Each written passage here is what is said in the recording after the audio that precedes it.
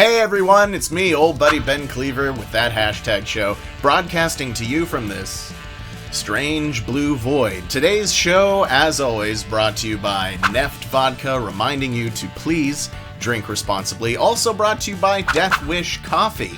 Fair trade, highly caffeinated, the world's strongest coffee. I would know. I drink it every morning. And right now, at deathwishcoffee.com, you can get 10% off your order by using the code hashtag show. That's it. Hashtag show. Death Wish Coffee and Neft Vodka. If you mix the two together, may God have mercy on your soul. I recently had the opportunity to sit down with author, TV writer, and comic book writer Ryan Parrot and talk to him about his two new series coming from Boom Studios, Mighty Morphin and Power Rangers, continuing the storyline that he took over in Mighty Morphin Power Rangers and was established in that book, as well as Go-Go Power Rangers. We sat down, had a nice chat, and here you go. Enjoy. So yeah, so how are you holding up? You doing good in quarantine? You know. Yeah, I mean, look, I'm very lucky to that. Being a comic writer, I already had a pretty isolated life already. Where Right. I just want. Only difference is I don't go to coffee shops anymore. I mean, I started to occasionally, but yeah, like so for me, I've just been used to living and writing by myself and just going through the cycle. So I still have a job, thankfully, for everything that's going on. So I'm very lucky. But yeah, nothing has really changed for us. We just spend a lot more time indoors, obviously. But I think ask me again in 4 or 5 days. Right. Yeah, exactly. That was going to be my next question. Like, what are the major differences between before and now as far as comic book writing goes? Yeah, not really. I think the only difference is just that I just miss sort of I like going to, I don't know about other people, I just like getting out of the house and going and writing at a location. So now it's just, I'm in this is my kitchen nook. So like I'm in this kitchen nook, which has been terrible because it's 3 feet away from my pantry. So that's I don't have any self-control. So that's probably the worst part of the whole thing is I've been eating a lot more than I should. Better jump into Power Rangers. Okay, cool. So I've never met you before. I know you've obviously been working on the Power Ranger comics for a while, but what's your personal history with Power Rangers before the comics? Were you a fan of the show growing up? How old were you when the Power Rangers phenomenon came to be? Well, I was actually a little old. I think I was right around 13 or 14 when it came out. So like I was just sort of starting to age out, I think, into it. I was discovering girls and stuff like that. So when I first watched Power Rangers, I was like, Kimberly's pretty. And so that's why I watched it. Yeah. But like I was a little bit too old for it. I think I saw that first season, second season kind of thing right around the same time. And then I caught up with it later in life. But yeah, I wasn't a huge fan. Like I was a fan. Like I was on Saturday mornings at like 10:30, so I knew. But like, yeah, I kind of found it later in life as I started working on the project and coming in. One of my best friends from college is Kyle Higgins, and there you go. He's the one who started the book. So when he first, like, I remember where I was the day he came to me and was like, "Hey, I'm thinking about bringing Power Rangers back." And I was writing comics a little bit on the side. And I was like, oh, that could be cool. Not to know that, like, 3 years later, I'd be running the damn thing. But yeah, so like that's kind of how I got back into it. It was through my friends and stuff like that. But yeah, I'm not gonna lie, I have not seen all of the seasons. I've seen a lot of it, obviously, so I know what the heck I'm doing. But yeah, I had no idea that it had been on for 25 years. I was kind of freaked out. I was like, wow, it's like to me, it's sort of the American version of Doctor Who.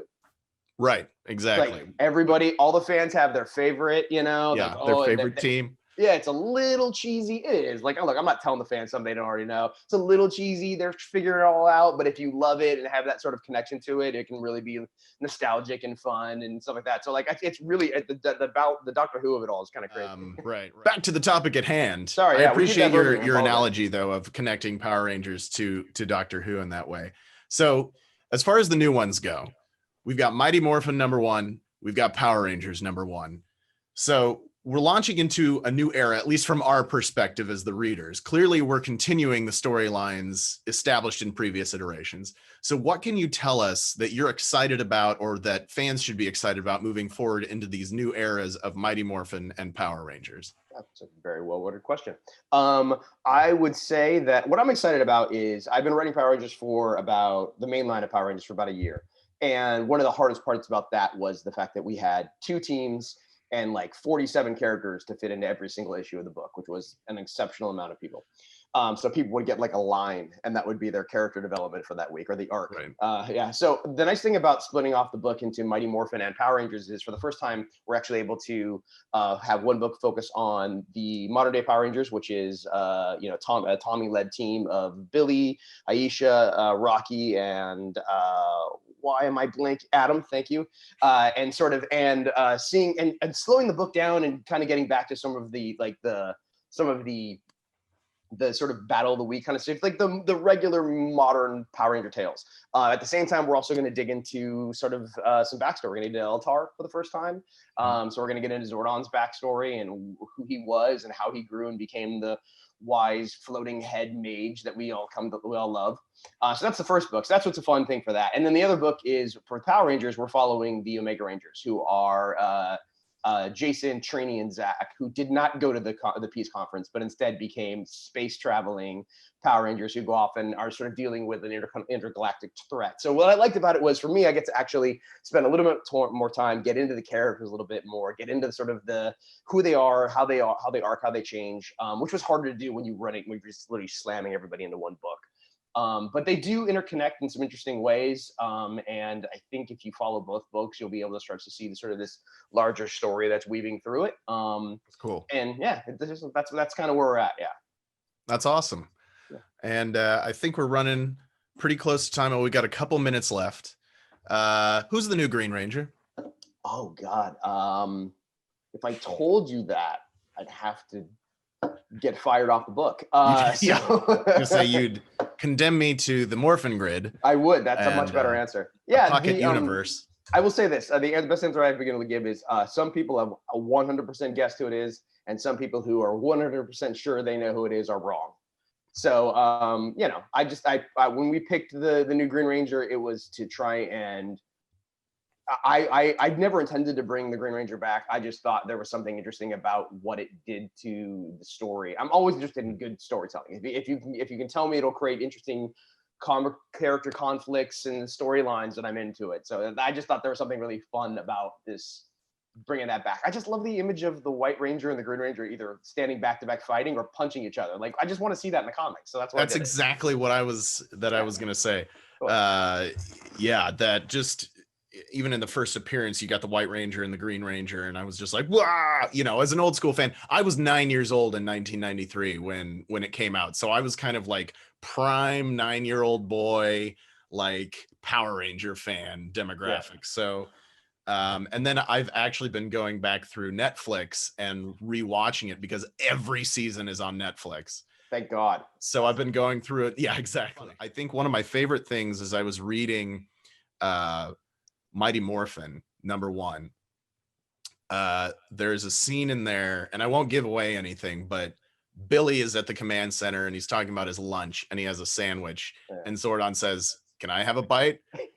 And Billy's just so confused, and then Zordon's like, "Just kidding, of course." And I love that because and I love what you're doing, because there is a scene where we start to see a little bit of Zordon's past and who he was before he became, as you called him, the wise floating head. Yeah. And to give him humanity kind of, and a sense of humor and that sort of thing, and to start fleshing him out a lot more than he has been traditionally in the past. I think that's great. It's awesome. So thank you, man. It's fun. Like when we were trying to figure out what to do with Eltar, when we were originally like brainstorming about it, one of the things that was fun was like, okay, well, Zordon will do this and Zordon will do that. And then somebody, I think it was a design thing. Somebody had drawn Zordon and he looked young. And I was like, oh, wait a minute. What if he's the same age, like physically and emotionally, as the Power Rangers are today? I want to see that Zordon. We've only ever seen Y Zordon. What's 17-year-old Zordon like? And I thought that was something, when you show that, it's a really interesting way to contrast with the modern day Power Rangers. And the other thing that I really liked, and that you commented on, is like in Power Rangers, one of the things we got is there's actually a scene between Jason and Rocky, and they talk about what it's like to actually be the fact that Rocky is frustrated with the fact that he's not leading the team. And that actually came out of that scene came out of a conversation. I was on a podcast and I was talking to Steve Cardenas, who played Rocky. And I asked him what it was like when he came into the show. And he was telling me all this stuff about, like, we really weren't sure what was going on, because obviously there was a lot of conflict around the original three leaving the show. And all of that stuff came out of the character just from me talking to the actors. So I agree. Having gone on going around to conventions and talking to these actors, they really have opened up the story for me. And I love trying to blend who those actors were and how they feel about the characters with the characters in the comic book. That's awesome. Yeah. Well, Ryan, I think we got to wrap up, but thank you so much for talking to me this morning. I'm super stoked to see what happens in Mighty Morphin and Power Rangers. I've got Mighty Morphin comes out on November 4th and Power Rangers comes out on November 11th. So there you go. Awesome. Hit up your local comic book shop, put it on your pull list. And Ryan, again, it was a pleasure talking to you. Thank you so much for talking to me this morning. My pleasure, man. Thank you. All right. See ya.